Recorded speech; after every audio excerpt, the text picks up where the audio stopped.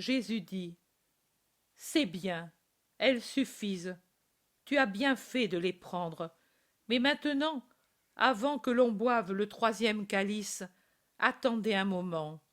Je vous ai dit que le plus grand est pareil au plus petit, et que moi, je suis le serviteur à cette table, et que je vous servirai davantage. Jusqu'à présent, je vous ai donné de la nourriture, service pour le corps. Maintenant, je veux vous donner une nourriture pour l'esprit. Ce n'est pas un plat du rituel ancien, il appartient au nouveau rite. J'ai voulu me baptiser avant d'être le maître. Pour répandre la parole, ce baptême suffisait. Maintenant, le sang sera répandu.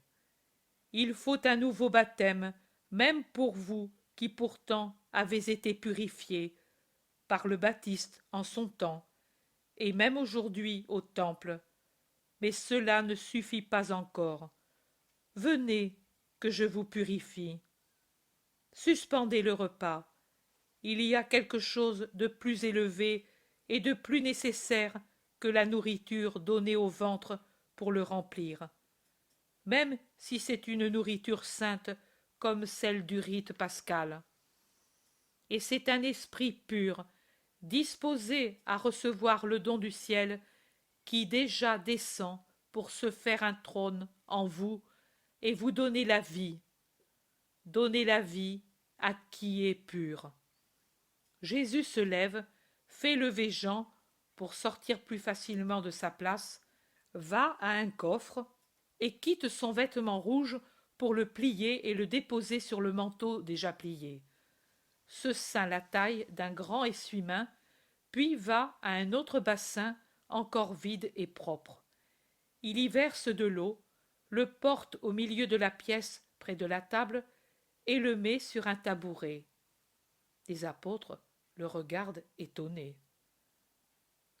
Vous ne me demandez pas ce que je fais? Pierre répond: Nous ne savons pas. Je te dis que nous sommes déjà purifiés. Et je te répète que cela n'a pas d'importance. Ma purification servira à celui qui est déjà pur à être plus pur. Il s'agenouille, délace les sandales de l'Iscariote et lui lave les pieds l'un après l'autre. Il est facile de le faire, car les lits sièges sont tournés de façon que les pieds sont vers l'extérieur. Judas est stupéfait et ne dit rien. Seulement, quand Jésus, avant de chausser le pied gauche et de se lever, fait le geste de lui baiser le pied droit déjà chaussé, Judas retire vivement son pied et frappe avec la semelle la bouche divine. Il le fait sans le vouloir. Ce n'est pas un coup fort, mais il me donne tant de douleur. Jésus sourit, et à l'apôtre qui lui demande: T'ai-je fait mal? Je ne voulais pas. Pardon. Il dit: Non, ami, tu l'as fait sans malice, et cela ne me fait pas mal. Judas le regarde, un regard troublé, fuyant. Jésus passe à Thomas, puis à Philippe. Il suit le côté étroit de la table et arrive à son cousin Jacques. Il le lave et, en se levant, le baise au front. Il passe à André, qui rougit de honte et fait des efforts pour ne pas pleurer. Il le lave, le caresse comme un enfant. Puis, c'est Jacques de Zébédée qui ne cesse de murmurer: Oh, maître, maître, maître, tu t'anéantis, mon sublime maître. Jean a déjà délacé ses sandales, et alors que Jésus se penche pour lui essuyer les pieds, il s'incline pour baiser ses cheveux. Mais Pierre, il n'est pas facile de le persuader de se prêter à ce rite. Toi, me laver les pieds, n'y pense pas. Tant que je suis en vie, je ne le permettrai pas. Je suis un ver. Tu es Dieu. Chacun a sa place. Ce que je fais, tu ne peux le comprendre maintenant, mais par la suite tu le comprendras. Laisse-moi faire. Tout ce que tu veux, maître. Veux-tu me couper le cou? Fais-le, mais me laver les pieds, tu ne le feras pas. Ô mon Simon, tu ne sais pas que si je ne te lave pas, tu n'auras pas part à mon royaume? Simon, Simon, tu as besoin de cette eau pour ton âme et pour le temps de chemin que tu dois faire. Tu ne veux pas venir avec moi? Si je ne te lave pas, tu ne viens pas dans mon royaume. Ô mon Seigneur béni, mais alors, lave-moi tout entier, pieds, mains et tête. Celui qui, comme vous, a pris un bain, n'a besoin que de se laver les pieds, puisqu'il est entièrement pur. Les pieds. L'homme avec ses pieds va dans les ordures. Et ce serait encore peu, car je vous l'ai dit, ce n'est pas ce qui entre et sort avec la nourriture qui souille, et ce n'est pas ce qui va sur les pieds en route qui contamine l'homme, mais c'est ce qui couve et mûrit dans son cœur et sort de là pour contaminer ses actions et ses membres. Et les pieds de l'homme, à l'âme impure, vont aux orgies, à la luxure, au commerce illicite, au crime. Ce sont donc, parmi les membres du corps, ceux qui ont une grande partie à purifier, avec les yeux, avec la bouche. Ô homme, homme, créature parfaite un jour, le premier, et ensuite tellement corrompu par le séducteur.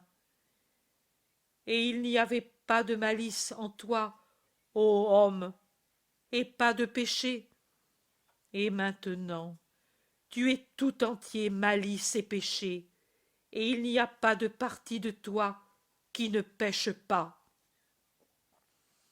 Jésus lave les pieds à Pierre, les baise, et Pierre pleure, et il prend dans ses grosses mains les mains de Jésus, les passe sur ses yeux, et les baise ensuite.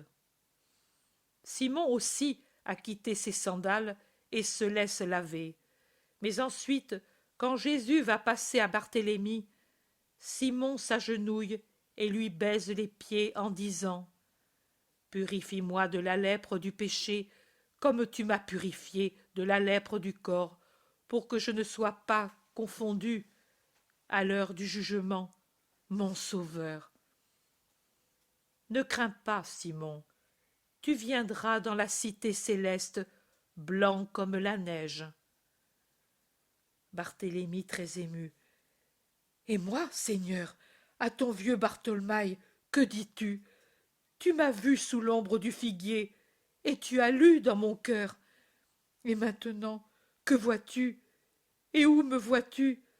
Rassure un pauvre vieux qui craint de ne pas avoir la force et le temps pour arriver à ce que tu veux qu'il soit. Toi aussi, ne crains pas. J'ai dit alors, voici un vrai Israélite en qui il n'y a pas de fraude. Maintenant je dis, voilà un vrai chrétien, digne du Christ. Où je te vois? Sur un trône éternel, vêtu de pourpre. Je serai toujours avec toi. C'est le tour de Jude Thaddée. Celui-ci, quand il voit Jésus à ses pieds, ne sait pas se contenir. Il penche la tête sur son bras appuyé à la table, et il pleure. Ne pleure pas, doux frère. Tu es maintenant comme quelqu'un qui doit supporter qu'on lui enlève un nerf, et il te paraît ne pas pouvoir le supporter. Mais ce sera une brève douleur. Puis, oh, tu seras heureux, parce que tu m'aimes. Tu t'appelles Jude, et tu es comme notre grand Jude, comme un géant. Tu es celui qui protège. tes actions sont du lion et du lionceau qui rugit. Tu découvriras les impies qui reculent.